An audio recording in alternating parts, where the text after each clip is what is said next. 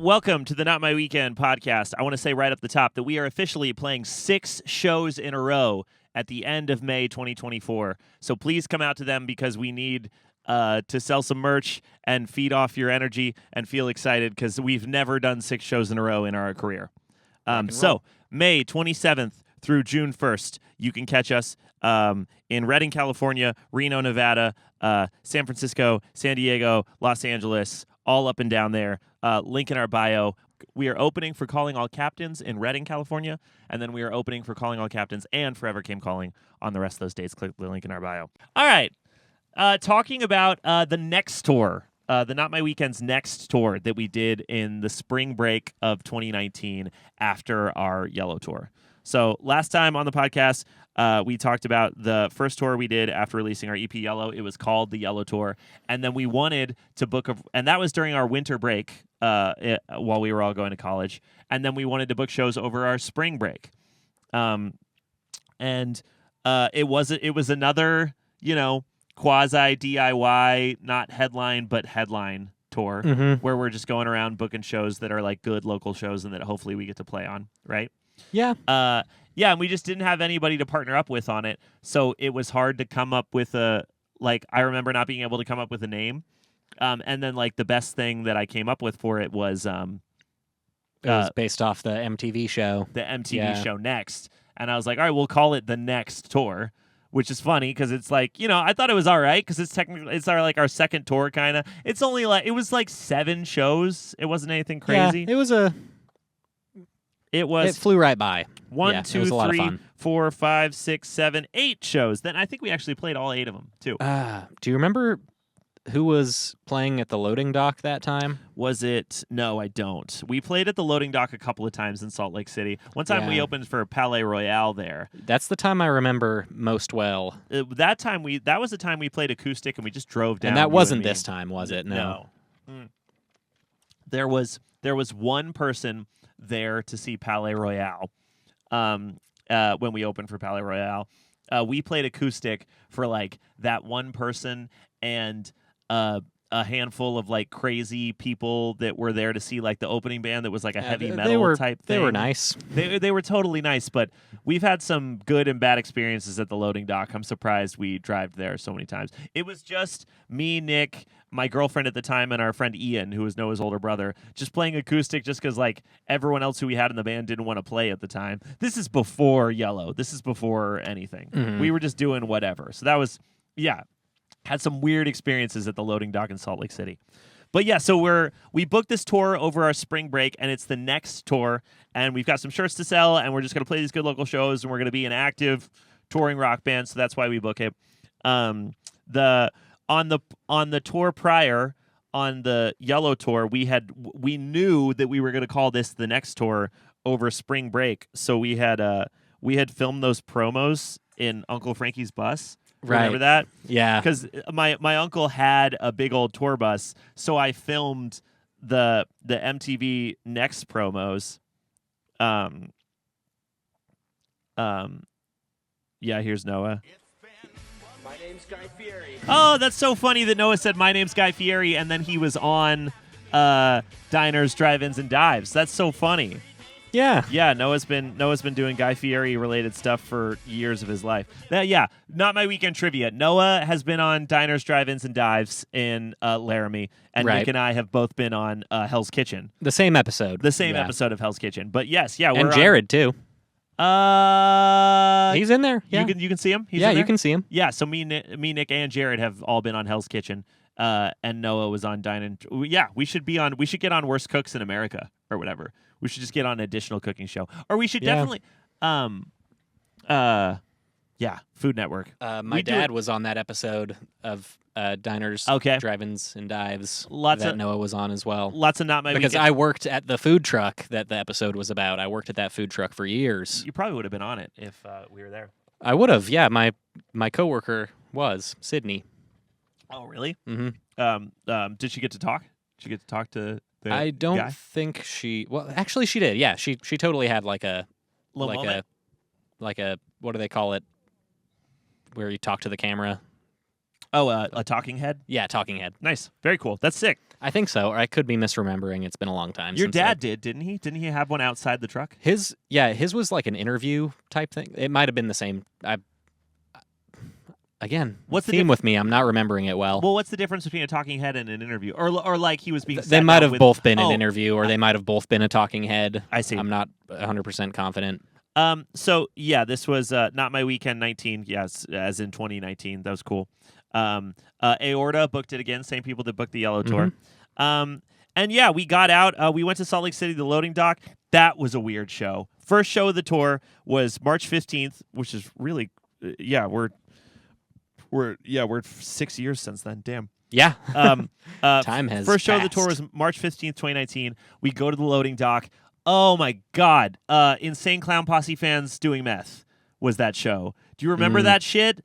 Oh, my God. We played the show. It was totally fine. There were some people there to see us. There were some people there to see the show in general. We got paid. It was whatever. And then, like, we turned around and we had left Nick alone in the green room. And there were these, like, just, like, methed out homeless people trying to draw on your guitar case. And you were like... Yeah. They asked me for permission, and I said no. Yeah, well, but they were, like, begging me. Yeah, it was so awkward and weird. And you were, like, frantically running away. And I remember Noah so specifically, like, we have to leave. We have to get out of here. Like, when you were asking, like, when he was like, these people are begging to draw on our guitar cases or whatever. And so, like, we played our show, and we packed up. That was, like, the quickest we've ever hightailed it out of... I wasn't, like, super opposed to it either. It was a little bit weird. The vibe was weird more than like that they wanted to do that. They were fully like Insane Clown Posse'd up, like full makeup. That's just not our vibe. That's not our people. You know what I mean? Like that's you shouldn't talk bad about Juggalos. What, you shouldn't? No, Juggalos are fine folk. Are they? Well, you shouldn't generalize. I'm not like good or bad, but like for the most part, the Juggalos are people having fun at a music festival. Okay, not generalizing Juggalos, but these Juggalos were on meth. I had a vibe from these particular people that I was not comfortable. I didn't feel comfortable. Right? Yeah, they weren't helping me feel comfortable. I don't think the Juggalos are bad as a rule, but I do think that you can prove how magnets work. Yeah. I don't think Insane Clown Posse in general inspires a lot of people that would be like-minded to you and I. It depends. Is that all right? Is that all right to say? I'm not friends with any Juggalos right now. Are you? You ever heard the Chop Chop Slide? It's good. I have heard the Chop Chop Slide. I know you have. We sing it as friends because it's fun. We do sing it as friends. Do you consider us Juggalos? We might be. Dude, we're not. No, we're not. I know what you're saying. Yeah, we're. But I think instead of Juggalos, you should say like meth head, just because. There's some overlap, but it's not a circle. I want so badly for you to be proven correctly. I want the Juggalo community to find and platform our podcast by a huge margin. I want hundreds of thousands of Juggalos to come attacking us. Nothing would make me happier. That's hilarious. I think when you say Juggalos like aren't our type of people, you're just like you're excluding an audience full of very supportive, enthusiastic fans. That's true. That's true. Juggalos are supportive, enthusiastic fans. That's absolutely true. I don't think they'd like our songs. I don't know. They like the fucking Insane Clown Posse, so... So I don't think they would... Do our songs sound anything like the Insane Clown Posse? Have you listened to a lot of Insane Clown Posse? Because they don't have a super consistent sound. They go all over the place. It's more of it's like an ethos. It's not really like a genre. I don't know. Maybe I'm in the wrong on. I have no idea. Meth heads that had their face painted like Insane Clown Posse. They were probably Juggalos. They were. We know they were Juggalos. They told us they were Juggalos. I know they were Juggalos. I'm just saying, like, hashtag not all Juggalos.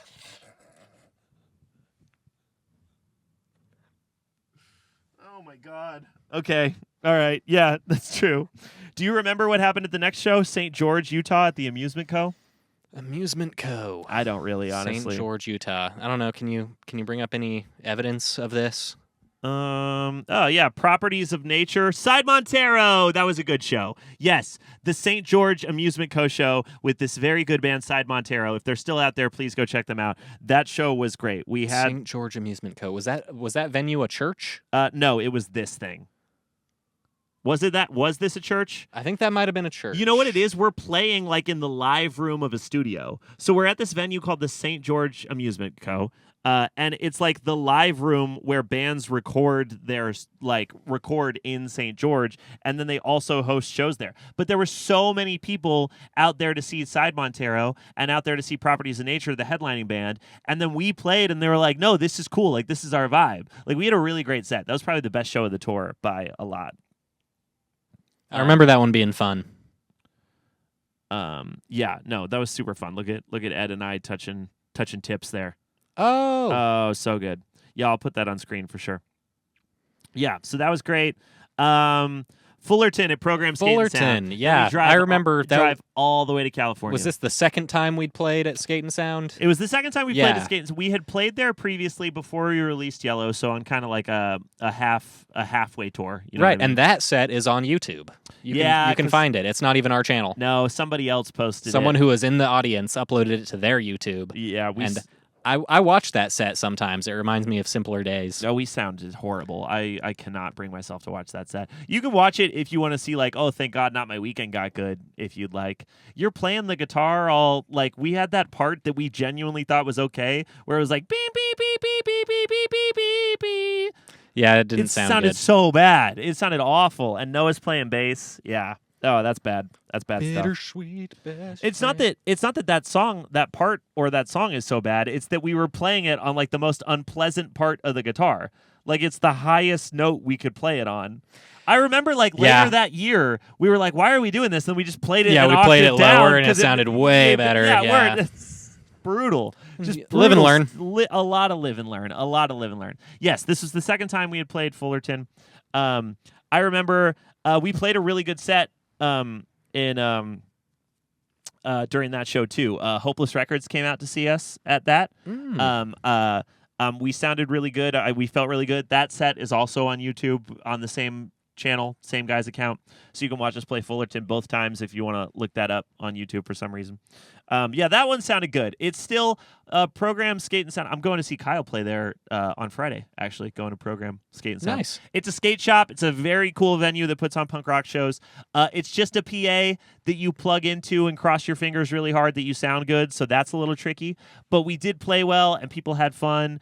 And there were people there to see us. I think that person's name was Lake that brought their family out to see us, and they had us all sign that picture of Big Time Rush, which made me really happy. And we played a really good set, and Hopeless Records was there to see us, and we were talking to Nicole from Hopeless a while, and now she's like a friend, and that felt good. Obviously, they didn't sign us, but we were really excited to be out there and hanging out, and that was just that was a good day for sure. I think that show might have been the first time someone ever asked me to sign anything. You think so? It might have been. It stands out in my memory as a time when I was like, someone wants me to sign something. The first time it might not have been the very first. The first we should just say that it was, because if the first time you ever signed anything was over Carlos from Big Time Rush, that's fucking hilarious. I remember we each signed like who we would have been in Big Time Rush. It was so funny. Me, Logan, you, Carlos, Noah, James, and Ed, Logan. Oh, of course, yeah. All of the first names of the members of Big Time Rush, which we both knew. Know. Yeah, we both know that. Kendall's the goat, by the way. All right, and then we go to Cupertino at X Bar. Was that good? I don't remember. Cupertino X Bar. I don't remember what X Bar looked like. I don't remember what that situation was like. Yeah, we've played so many bars. We stopped. They kind of like cycle through my head. Really we stopped fast. in Vegas and took this picture with Ed's friend Chris. Who I run into all the time between Vegas and LA now. We've run into him a number of times since this one occasion, but it was our first time meeting him, and this was our profile picture for a long time, this picture of us in Vegas. So yeah, we stopped in Vegas, took some cool pictures with Ed's friend Chris. That was cute.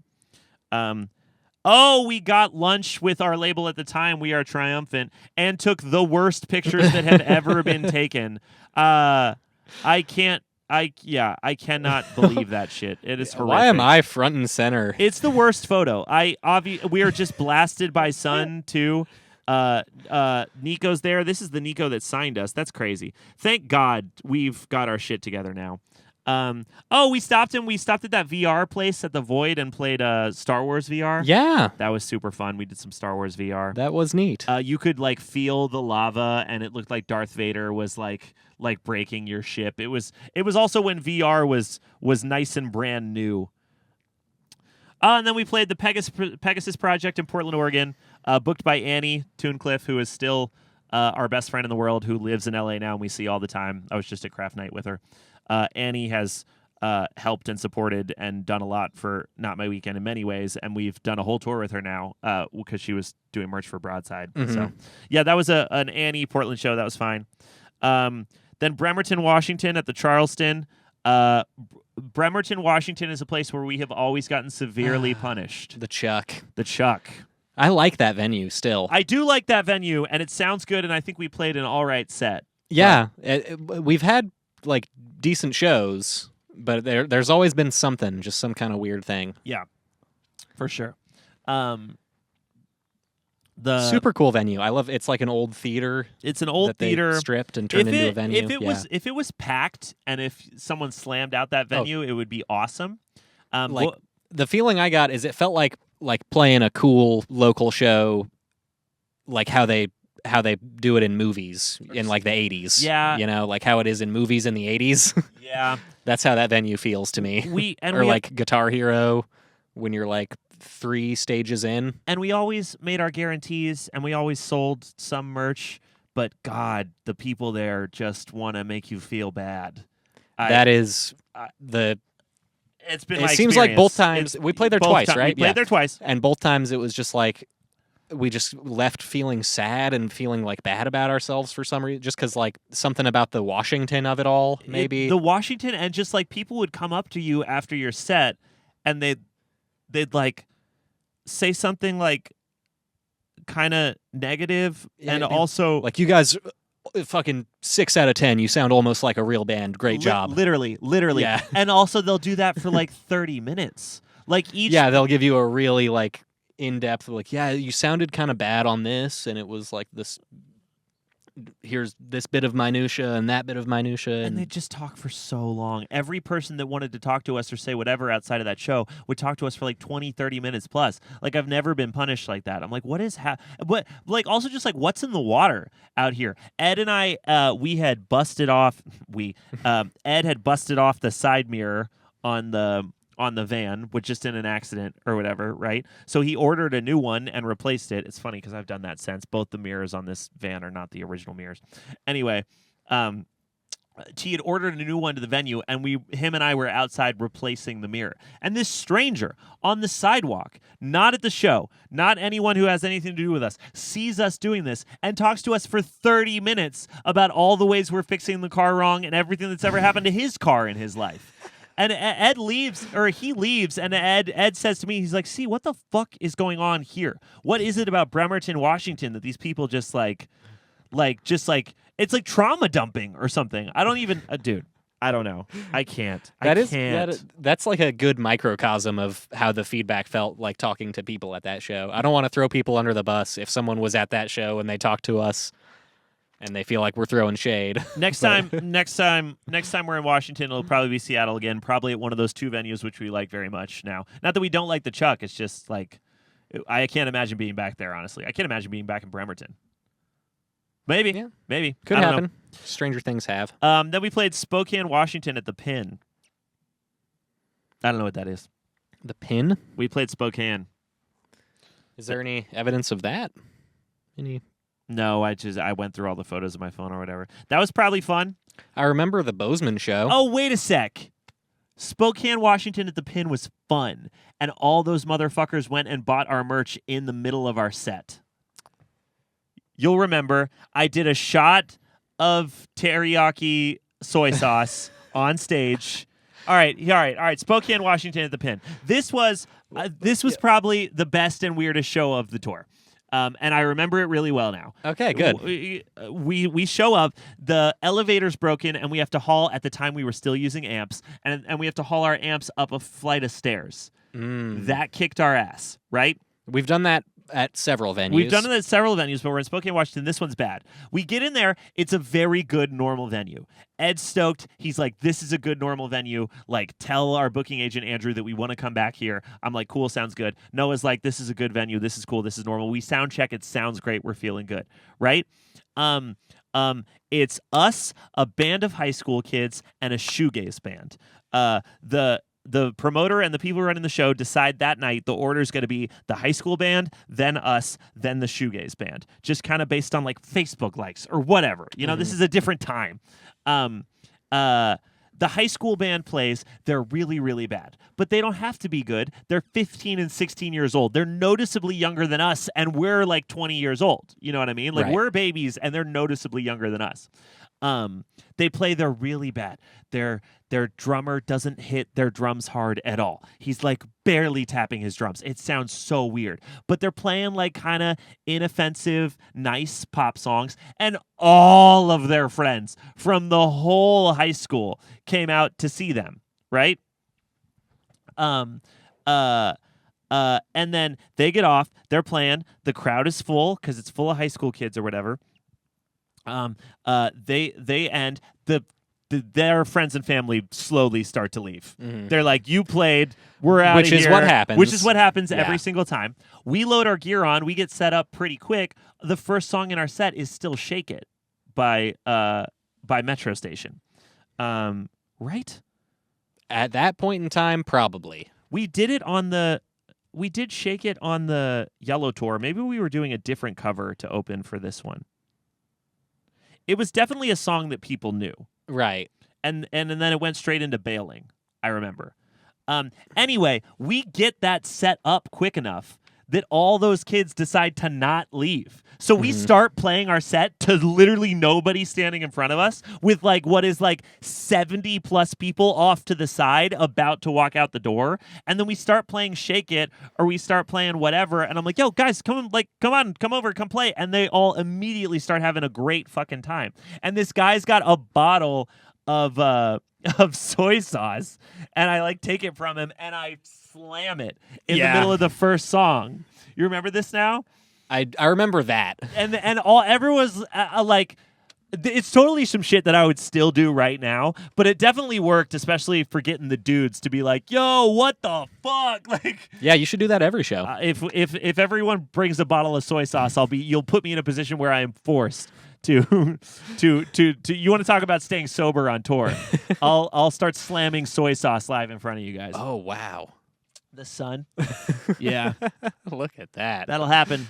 That's God. That's God blessing the podcast. If they made it this far, they won't mind, will they? Oh, this is gonna be like 10 minutes into the pod. I'm cutting everything until here. I'm not jinxing. This won't be far into it at all. We haven't said a lot of good stuff so far. And then it got weirder. So we play the opening song, which I'm pretty sure was Shake It by Metro Station, and we play Bailing, and everyone's like, oh my God, this band is great. We're having a ton of fun because we were pretty good. We're playing a good EP. We're still playing the yellow EP. And then during the third song, these kids had just so clearly never been to a concert before. Everyone, the entire audience, goes over to Sam and starts buying our merch. They all leave. Our entire audience, we're still playing the show. It's the third song, and they all start buying merch. And I'm like, I say into the mic, like at the end of the song, I'm like, guys, we're not going anywhere. You can buy stuff from us after we play. It's okay. But no, they all buy shirts and then rejoin our set while we're playing. Yeah, it was so good. It was so weird. So weird and so funny. Yes. That was a good show. That was a good one. That was the best show we played on that tour, probably. I would say like St. George Amusement Co. and Fullerton Skate and Sound, because we were playing for Hopeless and because we had some people there, and Spokane were the best shows. And then we played Bozeman, Montana at Wiles Joe's Coffee. Your family, didn't you have family out at that? We played a coffee shop and that band I might have had like my aunt and uncle and cousins. Yes, you out did. at You that did. show. Yeah, You did. Everybody sat far away from us. that follows. Do you yeah. remember that? Like Uh, we played. my cousin Courtney, she had also played music for a long time, but she was in like the jazz scene, Yeah. sort of. So that would have been like when I went to go to watch shows that she was doing, it would be like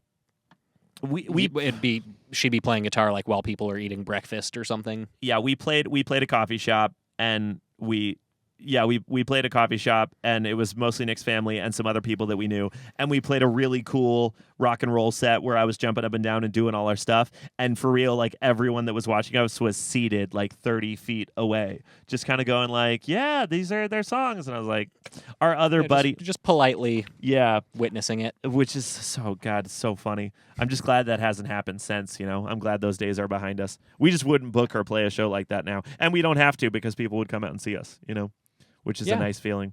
That's wonderful. Yeah. So, and that's how that tour ended. I've probably put some videos and photos from that up as we've been talking about it. And then we went home, finished out the rest of the school year. When did we do I think after that we did a show in Laramie with Sorry No Sympathy, where Sorry No Sympathy headlined. Is a metalcore band in our hometown. Sorry No Sympathy headlined, and all of our friends came out and got super drunk at that. Do you remember that? Where? I booked it at the Lincoln Center. I remember that. I rented the Lincoln Center. Me personally, I rented it, and then brought our PA in and ran sound. Yeah, I think I paid for it. Did you pay the $80 to rent it, and then? Because I remember that's like the only check I ever wrote in my adult life. Yeah, word. Yeah, we did write a check to make that happen. Yeah, so Nick wrote a check, and then I paid him back because we charged everybody $5 at the door, and we made like $400. But yeah, so like just kind of packaging in this episode. Then we came home, and at some point in the year, we played our best Laramie show that we ever played because we had put out the EP and we had done 2 tours. And like all of our friends were still in town in college, and like so I think a bunch of people came out to see us, and were like and had fun, and we're really drunk. And your cousins bought a bunch of shirts. I remember that. So yeah, that was like the other thing that happened that year before the tour after that, which was the Tour Survival Guide tour, which was like probably the next big turning point for our band, and that we'll talk about next time.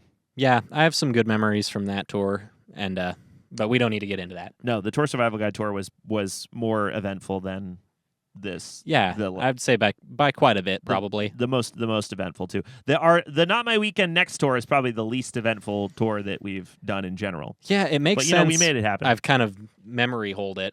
It's weird. I actually remember a lot of those shows better than I remember the Yellow shows for some reason. But yeah,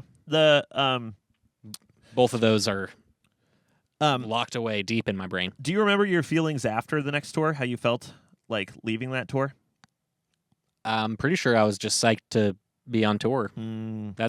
I can't remember feeling that way or not feeling that way after a tour. I had been like, woohoo, let's go. I had never been more upset. That was the closest I came to not doing Not My Weekend, was after the next tour by a lot. Yeah, it was. If things kept going that way, it wouldn't have been very tenable. I just really didn't like being in the van for that one. Like, I was just like not having a good time, like hanging out with the 4 of us. Like we had good shows and had good times, but I just like was not like, I left that tour in such a bummer for sure. Which is good that I didn't, because like we've turned it out in a number of ways, and we've gotten just like better as people and better at being friends in that respect. You know what I mean? But like, as far as just like, if you're wondering if bands have like good and bad times, we just described a lot of good, fun things about that tour, and I that's the closest I've been to like not wanting to do it anymore for sure. Oh yeah, I mean, especially after a bad show, like the negative vibes can be. Yeah, I didn't care about the show. It's just like I didn't like I didn't like the 4 of us hanging out at the time. I can't describe, like I just didn't. I had no I just didn't think we were getting along. Like I just wasn't having fun being there. Yeah, and there have definitely been times where we've struggled with getting along as a Yeah. band. And then that was like not the case at all on like the Ned's Declassified tour or the Tour Survival Guide tour rather. Not that I felt like I felt like we had a blast and like was really excited to hang out that whole time. You know what I mean? Yeah, in my memory, probably Tour Story is the tour I can think of where there was like the most interpersonal tumult in my view. Well, that's a tricky thing because it was like the best and the worst, right? Yeah. It was like because it was like our best tour with our best shows with the most growth as a band by a lot, and all of the tumultuous stuff was like absurdly personal. You know what I mean? And like I think we've course corrected for all of that sense. From my perspective. Oh you yeah, know? I think so. Like every like each tour we've done since Tour Story has not been as big, but like in terms of just us getting along in general has been like 1,000 times better because we just figured out what was working and what wasn't working and capitalized on it, you know? Yeah, like this last run that we did, I think very, very smooth. Yeah. Oh, absurdly. Yeah, super smooth. Yeah, I feel that way about the Between You and Me run too. Yeah, for sure. Yeah. I guess that's not like apples to apples because it was different people. Because Devin and Kyle were there. Mm-hmm. It was Kyle on the last one too, though. Yeah, but not on Tour Story. That's true. I just think I think of each one as not my weekend tours. You know, like regardless of who's there, I just qualify it. You know what I'm saying? Right. Yeah. I guess there have been more tours to compare where it's been the exact same group of guys. Maybe there hasn't. No, there has not. Nope. I guess the core trifecta. The core trifecta has been there for every tour that we've spoken about this entirety. Yes. Yeah. There was no tours where there were 0 tours where Yumi and Noah weren't there. No, we did a tour without Noah. We did one without Noah, yeah. We did one without Noah. There's been none without you and me. And there's been one without Noah. And we were 19. I was 19, so you were 18. Yeah. Right, and then the one without Noah where Devin was playing. Well, yeah. That was more of a that was a fill-in scenario. Yeah. So two without Noah technically, but yeah. But Noah wasn't even playing with us on the first one, I guess I mean. Right. Yeah. All right, you want to play 20 questions to get out of here? Sure. If you think there's enough. You said we were at 10 minutes in. You must have been exaggerating. I don't think so. We'll see. There's not a lot of good stuff. If it was if the podcast was like 30 or 40 minutes, I'd be excited about that. Not just fine with it, but I'd be like, cool, like a 30, 40 minute pod, like I'm into that. I like when podcasts that I enjoy and listen to that normally run like 50 minutes to an hour, like turn in a 40, 45 minute pod. Like I normally find that the whole thing is like snappier, funnier sometimes, you know. I love that the meantime has to be 52 minutes. Jared's opinion is very much like if we weren't on Adobe, we'd do like hour and 15-minute podcasts. We just give them all the funny. And I'm like, I love that it's 52. I love that you know what you're going to get. And I love that it's just like you cut out all the fluff for me. Yeah, different strokes. You like because you like a 2-hour, 3-hour yeah, excursion? I like if it were up to me, my personal preference would be no edits whatsoever. Just throw it up as one big thing and don't curate it. Just let it be a natural, actual conversation. I don't think there's anything about the curating it that makes it not natural or just the stuff that wasn't, you know, it's just the stuff that... No, I get it. You cut out whatever you think isn't interesting. Yeah. But like snakes and sparklers, you know? I guess... Or do you get that reference? I get that you're saying like apples and oranges. No. That's not the reference. What's snakes and sparklers? That's a Joe Dirt reference. I say it in my family a lot because we all know Joe Dirt. Yeah. Uh-huh.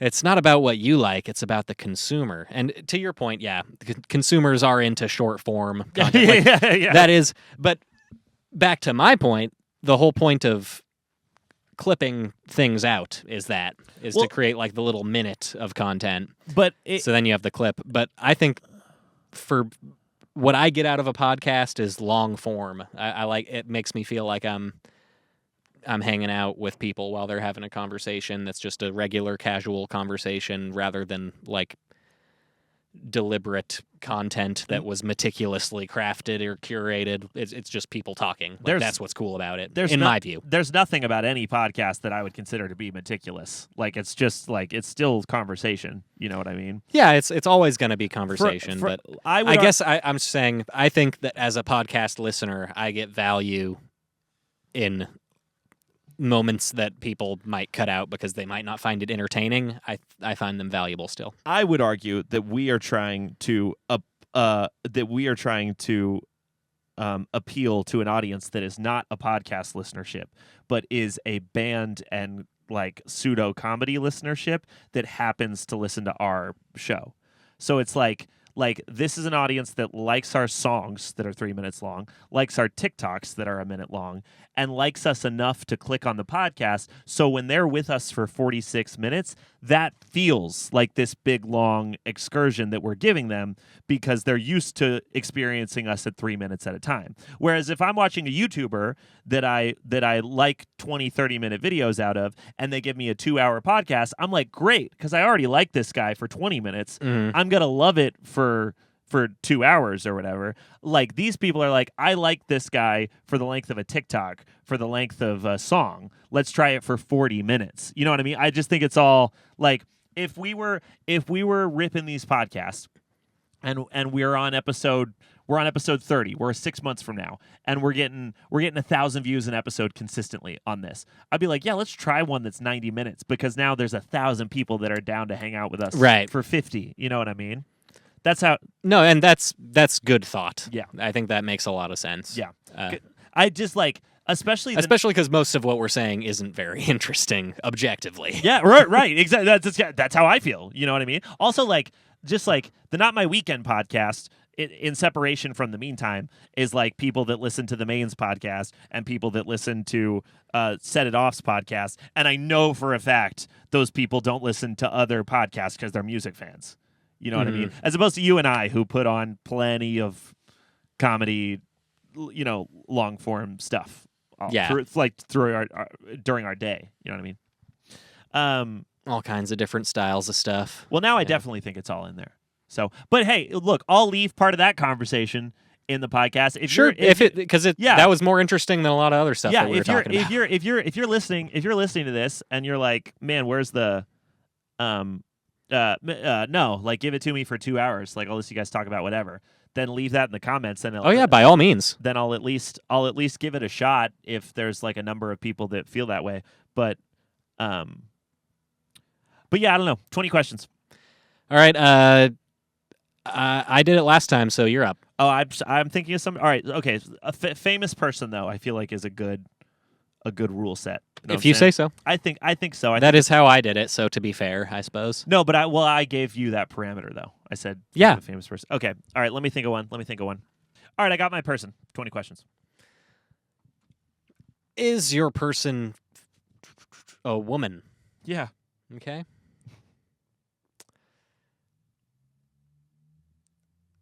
Is your person a celebrity? Yeah. Is your person a musician? No. Is your person an actor? No. Kind of musician, not an actor. Uh-huh. Yeah. Yes. Mm-hmm. How many? Sorry, I've like three. That's 4 questions. 4? Okay. Kind of a musician, but not an actor.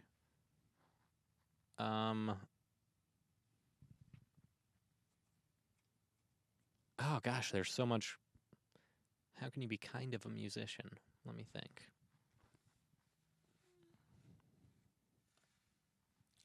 I would say just. Do they sing songs? Is this a singer? No. Not a singer? No. I would just say they're not. I said no. I would say they're not a musician, but you'll totally understand why I went like when you. Okay, so more not than yes. They're not a musician, I would say. All right, this woman. I wouldn't think about them being a musician. A celebrity who is not a musician. So, is she primarily famous in a social media way? Again, I would say no. No, that's 6.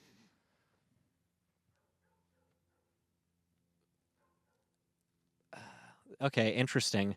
Has this person been famous for like more than a decade? Yeah. That's 7.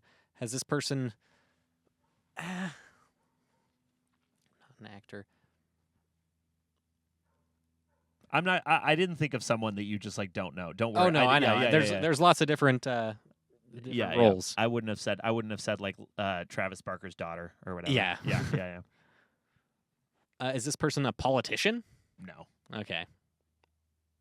I had to get that out of the way just in case. Dude, that would have been funny if I was thinking of Sarah Palin though. Is this an athlete? No. So what could they be famous for?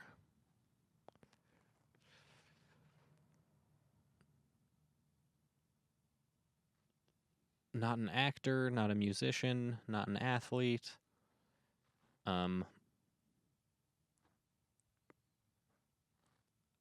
Gosh, what are other things that people are famous for?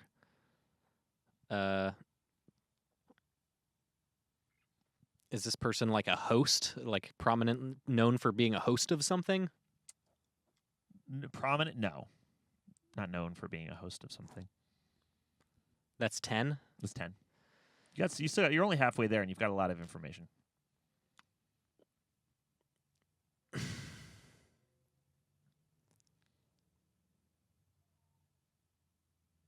Actors, musicians, athletes, hosts. But they're famous. Is this an author? Mm-mm.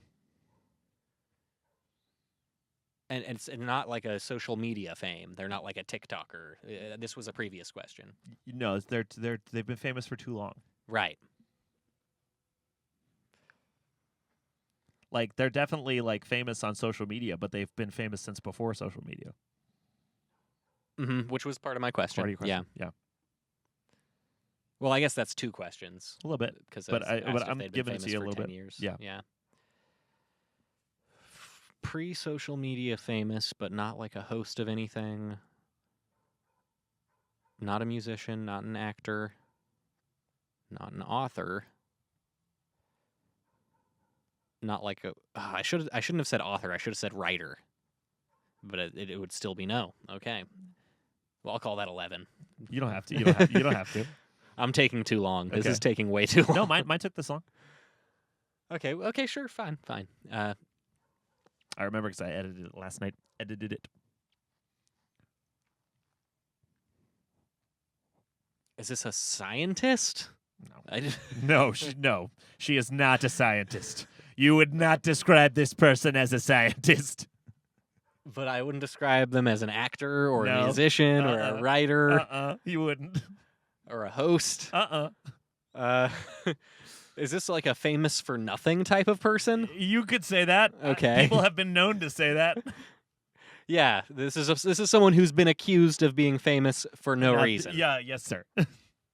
But they were famous before the internet. Yes, sir. All right, so now I have a short list. You have a very short list. I have a very short list. That's 11 just now. Sure, yes, that's 11. 12th guess is Kim Kardashian. No, sir. 13th guess is Paris Hilton. It's Paris Hilton. Okay. Yeah. Ooh. I said because she's a DJ. Oh, When you okay. said musician, I was like, and she's like, she's probably done music. Yeah. and people say, yeah, actually, she has released a song. She probably tried to be a pop star. Yes, I wouldn't be surprised at all. And I think people say she's like a good DJ too. Like I don't think she's bad. So that's maybe a little redactive for me to be like. But I don't think you wouldn't think of her as being a musician, right?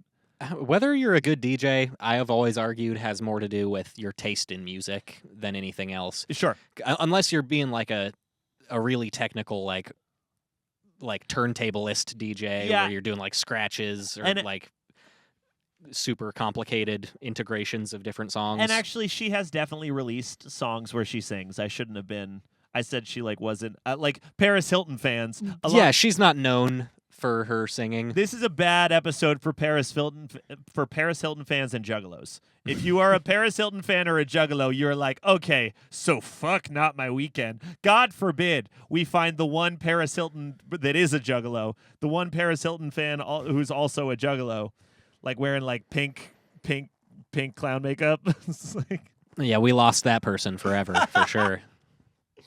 All right, guys. Thanks for tuning in to a weird one. That was the next tour from Not My Weekend. Next time, I think we'll be talking about the Tour Survival Guide tour before we move on to some more stories about us making music. I think will be what follows that. Come see us opening up for Forever Came Calling and Calling All Captains. We're playing 6 shows in a row, May through June 1st. We've been working on some songs, so don't think that we're not working on songs. That'll happen in the coming months, I would guess. I would hope and pray. Follow me at Patrick NMW. Follow Nick's Instagram account, tagged appropriately. We'll see you next time. Bye, everybody. Bye.